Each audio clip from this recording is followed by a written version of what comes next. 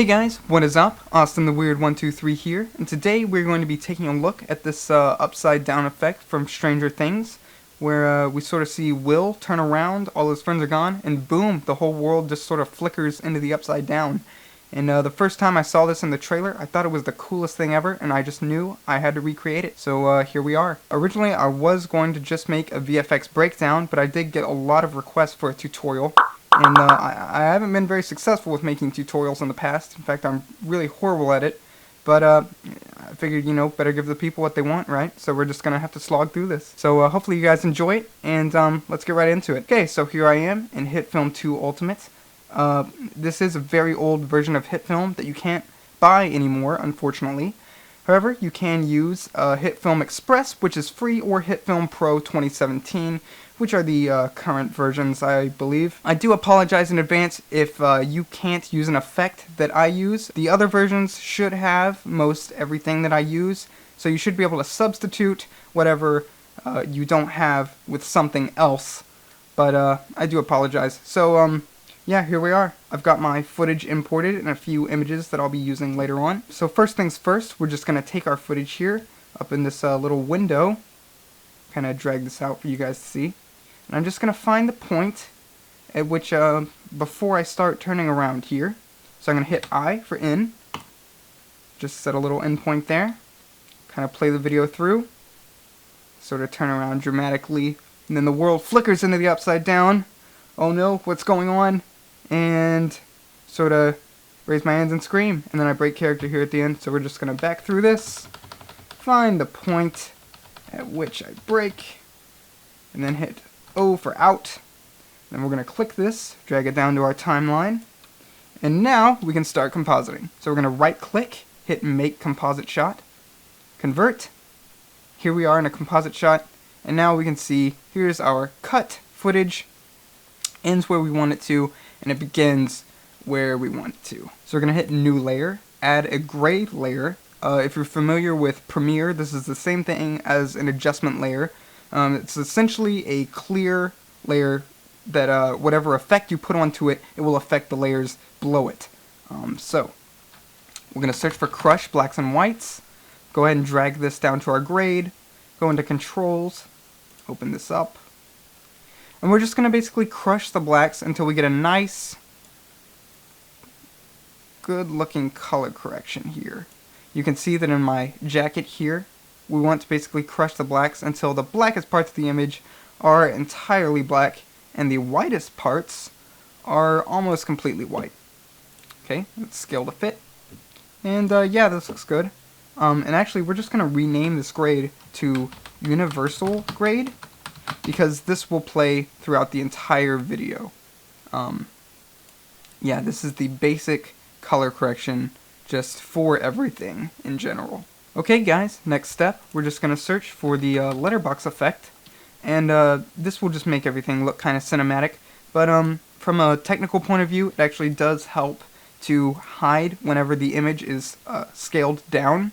So yeah, just to show you what that looks like real quick, we're going to add a 3D camera, because this is a very three-dimensional shot, and the entire camera move through Z-Space is entirely digital, which I would not usually recommend doing because it does lower the quality of the image quite drastically, but just for this little effect, I figured I could get away with it. So down here on the footage, we're going to turn this into a 3D plane so that it is affected by the camera.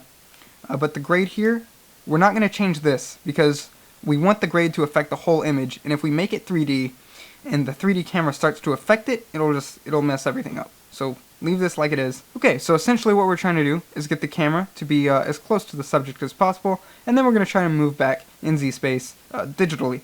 So we're going to start off here at the very end, because this is where we want the camera to end up, right? So we put a keyframe for position, move back to the beginning of the shot, and now we're going to have the camera zoom into me. We're going to kind of adjust this to about right here. And as you can see, this does look terrible. Looks very low quality, and I would not recommend ever digitally adding a camera movement. However, for this effect, I will try to hide this later using a few techniques, but we're not going to worry about that right now. I believe in the final video I did have a sort of rotation of the camera, which stopped, I think, about halfway through maybe. So it's going to be this rotation of the z-axis. So we're going to set a keyframe there because we want it to be, you know, upright here. And then at the beginning, we're going to start off very twisted, sort of like this. So now, as we zoom out, we get this sort of rotating effect of the camera affecting our 3D footage. And you know, that looks pretty good. But you can see right here at the end, it just sort of abruptly stops. That's not what we want. So we're going to highlight this keyframe, go down to interpolation, and click smooth. And that'll just sort of feather the effect here so that it's not quite as noticeable here towards the end. And we can even drag this a little bit further. Okay guys, so next things next, we're going to try to hide how horrible this looks. So, let's go to our effects panel. We're going to search for blur. Go ahead and drag this down to our universal grade. And as you can see, it is affecting the letterbox effect. So we're going to have to kind of move this above that. So now the letterbox isn't being affected. And now we can keyframe our blur to just sort of change over time. I'm going to turn iterations down to 1 and actually turn the radius up quite a bit. And we're just going to let this play for just a second or two. And then we're going to turn the radius all the way down to 0. Okay. So now we kind of have this. And still doesn't look that great. But yeah. This is just what we have to deal with. So that's why in the actual video it starts out all blurry. Kind of works for like a cool little cinematic effect. But it's actually just me trying to hide the fact that the footage looks absolutely terrible. So, yeah, okay, so this is what we have so far, and this movement looks pretty cool. So, now we can get to the fun part.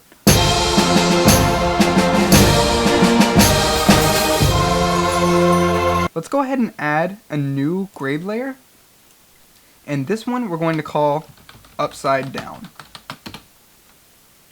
We're going to drag this below our universal grade. So about right here, right before I turn my head, we're going to cut this down. And we're not going to worry about the flickering yet. We'll do that later, because it's much easier just to go ahead and have this kind of just turn on right now. So because we've already crushed the blacks and whites and added a little bit of contrast to the image, we're not going to worry about contrast right now. We're just going to worry about color correction. So the upside down is very, very blue and very cold looking. So I've added color correction wheels. And I do apologize if you don't have color correction wheels in whatever version that you're using. But you should have at least a color temperature effect, or something that you can add to sort of adjust the hue of the entire image. So we're going to go down here. This is our shadows. And we're going to bring our shadows kind of down into the blue range. Almost like a sort of this like deep blue range. We're going to have this be, you know, pretty intense. And for the midtones, we're going to drag these into sort of a lighter blue range. And you're just going to have to sort of play with this until you get something that works. And for the shadows, I will sort of drop these down to make the image darker. And I'll adjust the blue a little bit more the midtones. And now we have an image that looks, you know, sort of bad, color correction wise, but we're not worried about, you know, real life, because this is another dimension, so it can be as blue as we want, right? Okay, so this looks good. We kind of have some blue midtones, blue shadows, and we're just going to leave the highlights the same, because as you'll notice, if you start adjusting the highlights, things just get, I mean, that just looks bad. So we're going to Control Z, and now we just have this sort of muted, sort of creepy blue color over everything. As you can see, it just sort of pops into life, which looks pretty bad. We'll change this later. I'm going to go ahead and try to do the flicker effect. So we're going to take the upside down, Control D on Windows to duplicate it, and we're going to take a few frames here at the beginning, delete the rest, and move this out kind of like that, so we get this sort of blink. And then we're going to Control D again to duplicate this, and add a second one in here. So if we play through, kind of get this flashing effect, which is what we're going for. Okay guys, so now we're just going to try to add a little bit extra flicker to this part just to make it slightly more intense. So we're going to go to our effects panel, search for flicker, then drag this down to the universal grade, open it up in the control panel, and we want to drag this above the letterbox effect so that the letterbox is not affected.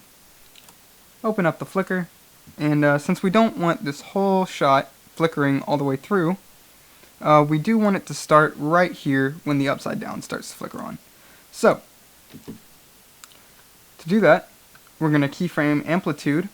We're going to back up about a frame, keyframe amplitude down to 0, and then back forward onto our first flicker, and have the amplitude be about, actually let's make this 1.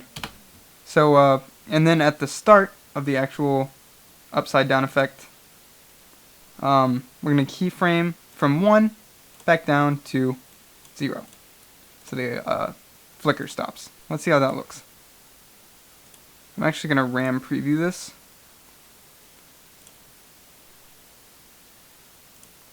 Yeah, so that's not as good as it was in the actual effect that I did, but yeah, with enough tweaking, you can probably get this to look right. I think what I'm going to do right now is I'm going to drag the effect to make it sort of start sooner. It's all about just tweaking things. Alright guys, so now that we have this basic flickering on of the upside down, you'll notice that there's none of these classic flakes floating through the air. I don't know about you, but that's one of the telltale signs that we're in the upside down in the show, so it's kind of important, right? So we're going to go up here to our effects panel, search for the particle simulator, and we're going to drag this down to our timeline. And I want to say real quick, if you don't have this effect in whatever version of HitFilm you're using, I definitely recommend finding either some stock footage of snow, or maybe some embers, just anything that you can color correct and slow down to maybe sort of simulate the effect of these particles floating through the air. Hopefully you have this effect, because it is very useful. But you'll notice when I drag it down in the timeline, this looks nothing like we want it to, which means we have to adjust many settings to get it to look right. So, here's our particle effect. We're going to go into the controls panel. We're going to go into the transform properties. We're going to keyframe the opacity. So right here, when the upside down starts to flicker on, we're going to keyframe opacity at 100%. Oops. Back up a frame, 0%. And right here, at the very end, keyframe 100%, another frame, 0%. Here it starts up again, 100%, back up a frame, 0%, 100%, another frame, 0%, and finally we get to where the actual effect kind of sticks into place. We're going to go 100%, back up a frame, 0%. Okay. Yeah, so this looks good so far. It actually looks terrible, but we're going to fix that. So, let's zoom out on our timeline. Close this up. And let's try to get these particles looking a little more, natural. So, let's go into emitter. Let's go to our shape. We're going to change this to cube. Now it's changed the emitter for the particles into a cube, which we can now adjust to fit our scene. So we're going to adjust the width, the depth, and the height. And now we're going to adjust the particles per second so that there's actually several of these particles floating through the air. And now we get something that looks, slightly more natural. But as you'll notice, the particles keep disappearing every second or so, and that's because we have the life set to about 1 second. So let's extend the life, for a really long ways, but now it puts too many particles, so we're going to have to adjust the particles per second to be, you know, something that looks good, where we can actually see the footage.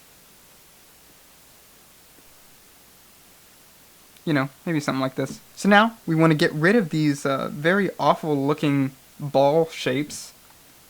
So to do that, we're going to go into our appearance, go down to texture source, built in, and let's change the texture to fog. And now we're going to adjust the scale to be very, very, very small. Maybe about 3 even. Movement variation, and let's make this about 1.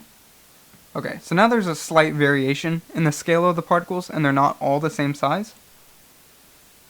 So this looks much, much better. You can see though that particles are they're moving a little bit too fast, so we're gonna have to adjust the speed. Let's make them pretty slow, actually. Yeah, this looks good. And if you'll notice, there's still particles popping into existence everywhere. And that's because I did not change the keyframes for the particles per second. So it's actually adding 79 particles every second that the video plays, which we don't want. I think overall, I probably want about 120 particles floating through the air. That looks nice.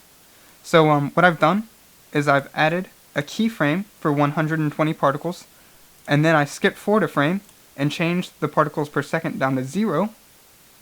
So we basically have 120 particles popping into existence, and then immediately they stop so that there aren't more particles continually spawning. So we're going to back up before our effect starts.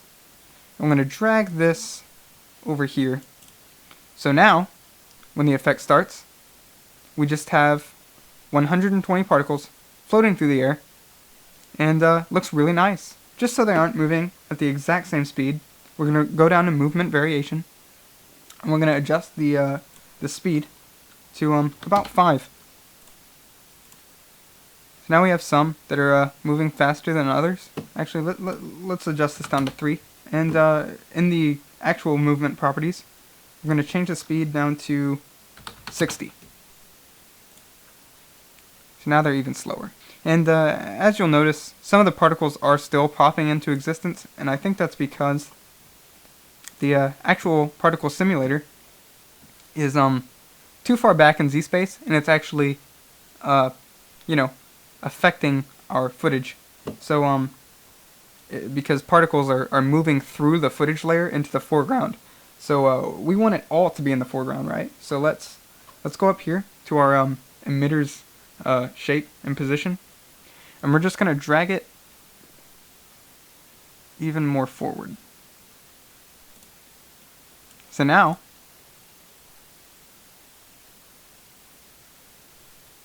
we get this sort of snowfall effect, and that looks really nice, but it still needs to be adjusted just a little bit. So let me drag this over. Okay, so we're going to go down to appearance variation, just so all these particles aren't the exact same. We do want them kind of rotating through the air, sort of like actual, almost like snowflakes would in real life. We're going to adjust the texture angle per second. So we're going to add that. We're going to make this value 150, maybe? See how that looks? We can even raise it to about 200. And now you can see the particles are kind of twirling about as they float through space. And this looks pretty good. I'm actually going to go down to the movement variation and change the scale to about 0.5, just so there's not that much of a difference. But otherwise this looks good. Go away. I am making video. Sorry, Jacob. So if you do want the particles to look slightly different, you can adjust the seed in the general properties. And that'll just adjust, you know, essentially where the particles are and how they're floating around. So you can just kind of play with that. till you get something that you like. So let's play back through our footage. We can see that looks pretty close to the actual effect that I did. Yeah, and if you wanted to stop here, the effect would be pretty much done. But that's not how we operate here on this channel, because we are perfectionists. I have imported here some vines, and you know, just ones that I sort of illegally downloaded from the internet. Let's go ahead and drag these on here. And because these are going to be in 3D space, let's go ahead and make our vines 3D.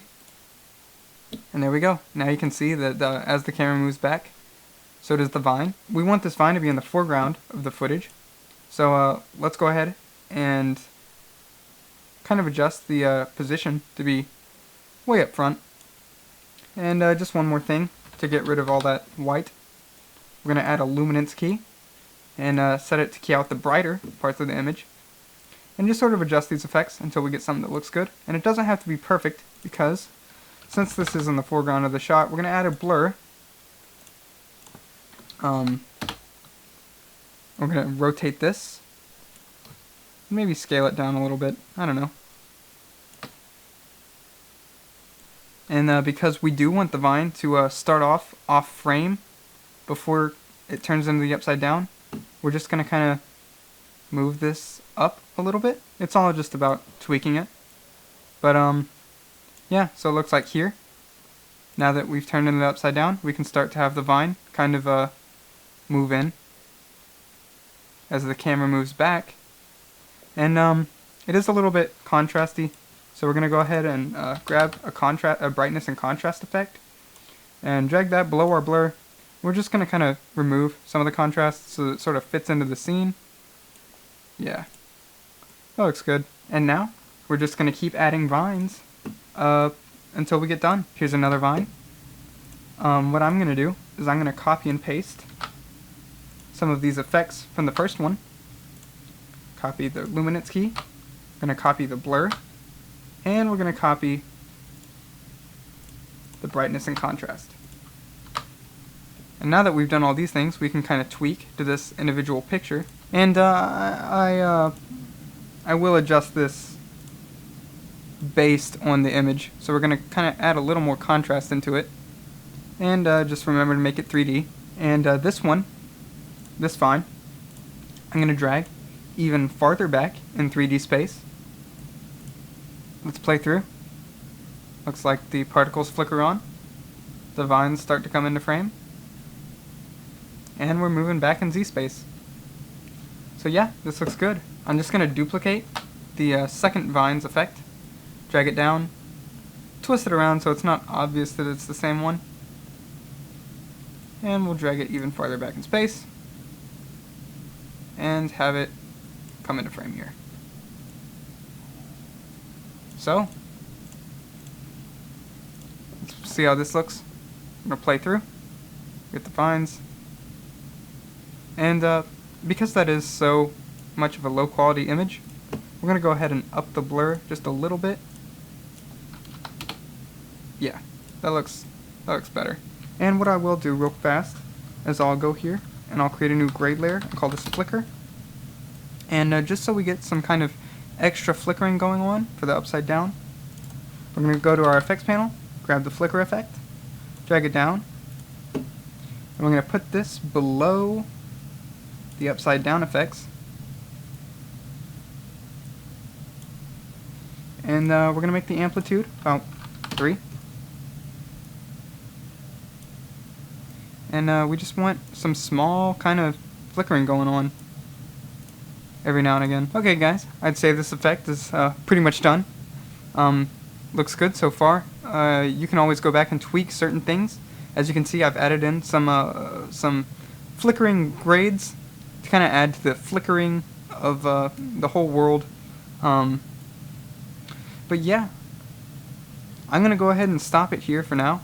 Alright guys, I think that's it for this video, but if you found this tutorial helpful, please leave a like and a comment, and subscribe if you want to see more videos in the future. And let me know down below if you would like to see more tutorials, because I'd be happy to make more. So thanks for watching. I'll see you guys in the next one.